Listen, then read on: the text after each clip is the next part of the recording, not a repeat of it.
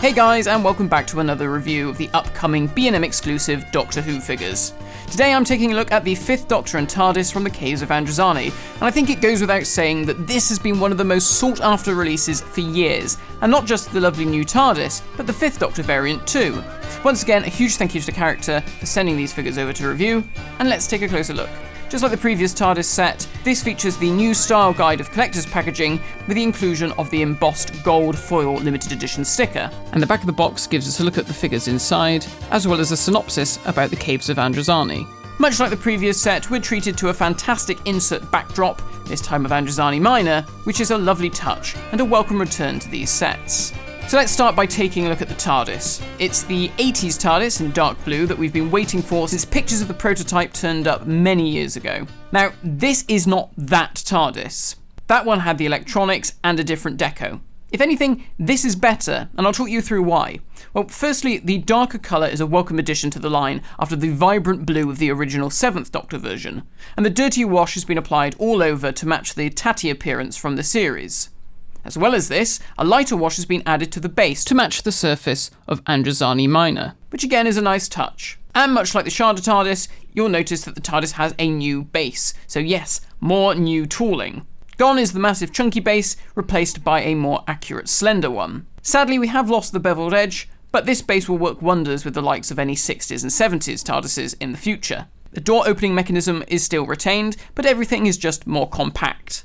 Other new details include a new colour to the windows, better fonts used on the roof signs, and a new look for the door sign, now without door handle as per the episode, alongside a gold lock. It looks amazing, and I am so pleased that we finally have this in the line. It's a great use of existing sculpts to get a much wanted TARDIS out there. Obviously, like with any of these TARDISes, they're never going to be 100% accurate to what we see on screen. Obviously, this one has the block on top, which wasn't featured at that time. But it's just one of those things that we have to grin and bear with these sets. Unfortunately on mine, they have stuck the lamp on the wrong way around and also put it on a bit wonky. I may try to dismantle all of this and fix it, but it might be a case of me joining in the hunt to buy a replacement. Moving on to the accompanying 5th Doctor, this is another figure we've been clamouring for ever since the Regeneration 6th Doctor came out years ago. The deco is very similar to that figure. In fact, the mud splashes are almost identical, but it features the more muted tones on the 5th Doctor's face and costume that we saw in the 13th Doctor set, so he does look a little like he's wearing lipstick. We'll chalk that one up to a side effect of Spectrox toxemia. As you can see, he doesn't have his famous celery, which he'd removed by this point in the story, and the trousers seem slightly more simplified than previous editions. However, the paint apps are really great, and the mud texturing works well. Now, some of you may recall that many years ago, as a moody teenager, I moaned how the toy didn't match the mud as it looks in the episode, that it was too much, blah blah blah blah blah. Well, I just don't care anymore. Honestly, life's too short to moan about that kind of thing, and it's just great to have any representation of the regeneration of the 5th Doctor into the 6th. If there was anything I'd change, it would be adding a bloody scuff to his forehead and blistering to his hands, but that's a minor gripe.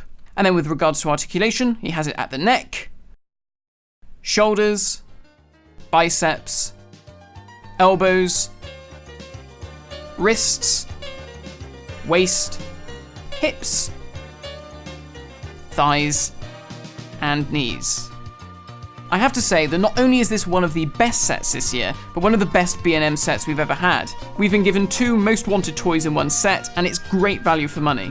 It also marks the very last conceivable variant of the 5th Doctor that they can make using this sculpt, unless they do something entirely left of field and do a Dimensions in Time version. Not that I'm giving anyone any ideas.